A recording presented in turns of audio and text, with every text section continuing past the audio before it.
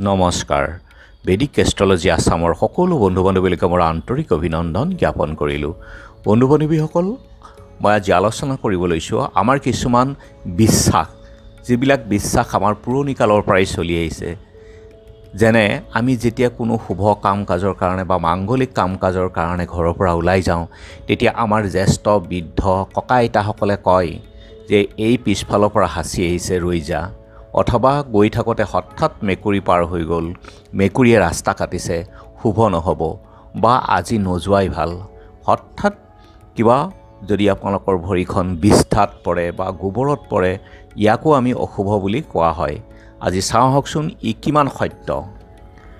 ঘৰৰ পৰা কোনো শুভ কাম বা যাত্ৰাত ওলাওঁতে যদি কোনোবাই আপোনালোকক পিছফালৰ পৰা হাঁচি মাৰে বা নিজৰেই হাঁচি আহে, তেনেহ'লে প্ৰথমতে জানক ই আপোনাৰ কাহ চৰ্দি হৈ আছে নেকি, অথবা আপুনি বেমাৰত ভুগি আছে নেকি। যদিহে আপোনাৰ কাহ বা চৰ্দি হৈ আছে, বেমাৰ হৈ আছে, অথবা ঠাণ্ডা পৰিছে নেকি, ঋতুৰ পৰিৱৰ্তন হৈছে নেকি, যদি এনে কাৰণত আপোনাৰ হাঁচি আহে, তেনেহ'লে ই এক সাধাৰণ কথা। কিন্তু যদি সাধাৰণ পৰিৱেশত হাঁচি আহে, তেতিয়া যাত্ৰা বাধা মানিব লাগিব।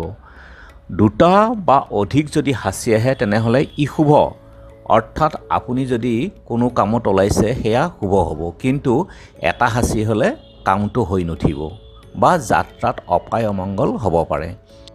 যদিহে আপোনাৰ এটা হাঁচি আহিছে, তেনেহ'লে আপুনি ঘৰলৈ ঘূৰি আহক, যদি ওচৰতে আপুনি আছে ঘৰটো, আৰু নহ'লে আপুনি সেই ঠাইটোতে অকণমান সময় ৰৈ দিয়ক। আৰু 5 মিনিট বহি পানী এগিলাচ যদি আছে, আপোনাৰ লগত যদি পানী আছে খাওক, বা ঘৰতে আপুনি বহি পেলাই পানী এগিলাচ খাই লওক, আৰু আপোনালোকৰ ইষ্টদেৱক সোঁৱৰণ কৰি আকৌ আপুনি ওলাই যাওক। ঠিক তেনেদৰে মেকুৰীয়ে যদি ৰাস্তা কাটে বা ৰাস্তা পাৰ হয়, ই আমি অশুভ মানো, কিন্তু সাধাৰণতে মেকুৰী সকলো ক্ষেত্ৰত অশুভ নহয়। যদিহে আপোনাৰ সোঁফালৰ পৰা বাওঁফালে আহি মেকুৰী পাৰ হৈ যায়, তেনেহ'লে ই অশুভ মনা হয়। ইয়াক এনে ক্ষেত্ৰত আপুনি খন্তেক ৰৈ দিয়ক। আৰু ঠিক তেনেদৰে যদি আপুনি যাত্ৰাৰ সময়ত মাছ, পাণ, কুঁহিয়াৰ বা হাতী আদি দেখে বা মৃতদেহো দেখে, তেনেহ'লে ই কিন্তু অতি শুভ। আপুনি যি যাত্ৰাত ওলাইছে সেই যাত্ৰা আপোনাৰ পূৰ্ণ হ'ব, সফল হ'ব, আৰু আপোনাৰ যাত্ৰা যথেষ্ট মংগলময় হৈ উঠিব। আৰু যদি গাখীৰ বা খালী বৰ্তন বা মুখ্য দুৱাৰৰ ওচৰত আপুনি লেতেৰা জাবৰ পৰি থকা দেখে যাত্ৰাৰ সময়ত, তেনেহ'লে ই উদ্দেশ্য সফল নহয়।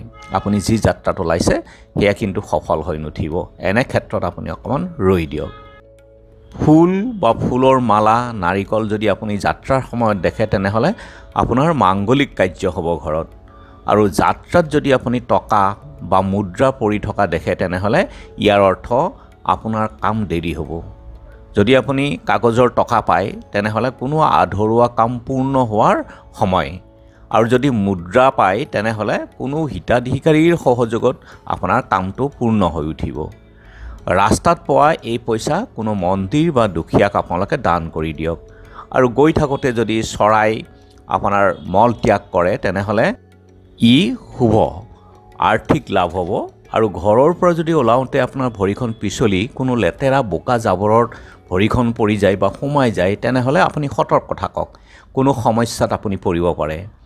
আৰু ঘৰৰ পৰা ওলাওঁতে ভিক্ষাৰীয়ে যদি হাত পাতে, তেনেহ'লে আপোনালোকে দান কৰক, আপোনালোকৰ ঋণ মৰাৰ সুযোগ আহিব।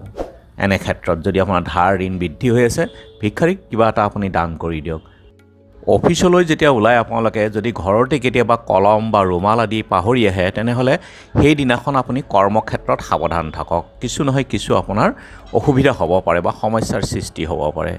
গতিকে বন্ধু-বান্ধৱীসকল, সকলো ক্ষেত্ৰতে এই ধৰণৰ আমাৰ বিশ্বাসখিনি কেতিয়াবা আপুনি অন্ধবিশ্বাস বুলি ক'ব নোৱাৰি, কাৰণ ইয়াৰ প্ৰমাণো পোৱা যায়। গতিকে চাই চিতি আপোনালোকে চলিব। ধন্যবাদ।